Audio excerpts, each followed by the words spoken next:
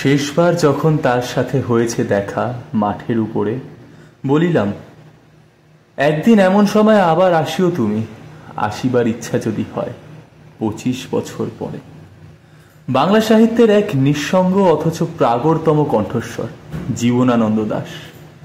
তার কবিতা যেন গোধূলির আলোয় ভেজা বৃষ্টির শব্দ, যেখানে শহরের কোলাহল পেরিয়ে আমরা পৌঁছে যাই নিসর্গ, নিঃশব্দ আর আত্মসমীক্ষার জগতে।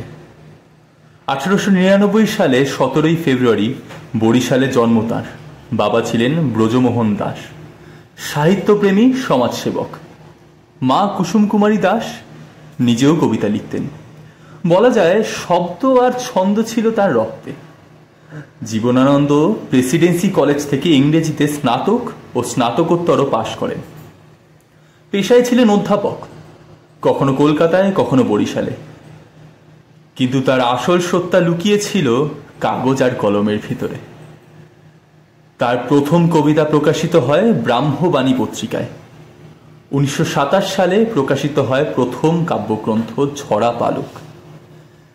কিন্তু তার আসল জনপ্রিয়তা আসে পরে, যখন প্রকাশ পায় সেই অমর কবিতা বনলতা সেন, যেখানে দু চোখের আরামে এক ক্লান্ত যাত্রা খুঁজে পায় আশ্রয়। তার অন্যান্য বিখ্যাত কাব্যগ্রন্থের মধ্যে আছে রূপসী বাংলা, ধূসর পাণ্ডুলিপি, বেলা অবেলা কালবেলা। জীবনানন্দ দাশ ছিলেন আধুনিকতাবাদের পথপ্রদর্শক, কিন্তু কখনোই সরাসরি উচ্চারণ করেননি বিদ্রোহ। তার ভাষা ছিল মৃদু কিন্তু গভীর। জানেন কি, জীবনানন্দ দাশ তার জীবনকালে প্রায় অবহেলিত ছিলেন। তার অনেক কবিতা প্রকাশিত হয়নি। মৃত্যুর পরে তার ডায়েরি, খাতা, পাণ্ডুলিপি থেকে উদ্ধার হয়েছে বহু অমূল্য কবিতা ও গদ্য। তার লেখা প্রথম উপন্যাস মাল্যবান এবং গদ্য কবিতার কথা আজ সাহিত্যের ঐতিহ্য। 1958 সালের 22 অক্টোবর কলকাতায় এক ট্রাম দুর্ঘটনায় তার মৃত্যু হয়। বহুদিন অবহেলিত থাকা এই কবিকে বাংলা আজও শ্রদ্ধা ভরা স্মরণ করে। কারণ জীবনানন্দ দাশ কেবল একজন কবি নন, তিনি নিঃশব্দে লেখা এক দীর্ঘ আত্মজীবনী, বাংলা কবিতার অন্তরতম স্তরে গাঁথা। তাকে শ্রদ্ধা জানিয়ে আমার এই নিবেদন। 1000 বছর ধরে আমি পথ হাঁটিতেছি পৃথিবীর পথে, সিংহল সমুদ্র থেকে নিশীথের অন্ধকারে মালয় সাগরে। অনেক ঘুরেছি আমি বিম্বিসার অশোকের ধূসর জগতে, সেখানে ছিলাম আমি আরো দূর অন্ধকারে বিদর্ভ নগরে। আমি ক্লান্ত প্রাণ এক, চারিদিকে জীবনের সমুদ্র সফেন। আমারে দুদণ্ড শান্তি দিয়েছিল নাটোরের বনলতা সেন। চুল তার কবেকার অন্ধকার বিদিশার নিশা, মুক্তার শ্রাবস্তীর কারুকার্য।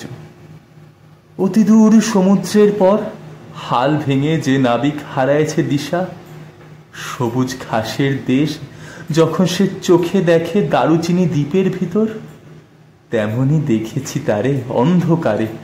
বলেছে সে, এতদিন কোথায় ছিলেন? পাখির নীড়ের মতো চোখ তুলে নাটোরের বনলতা সেন।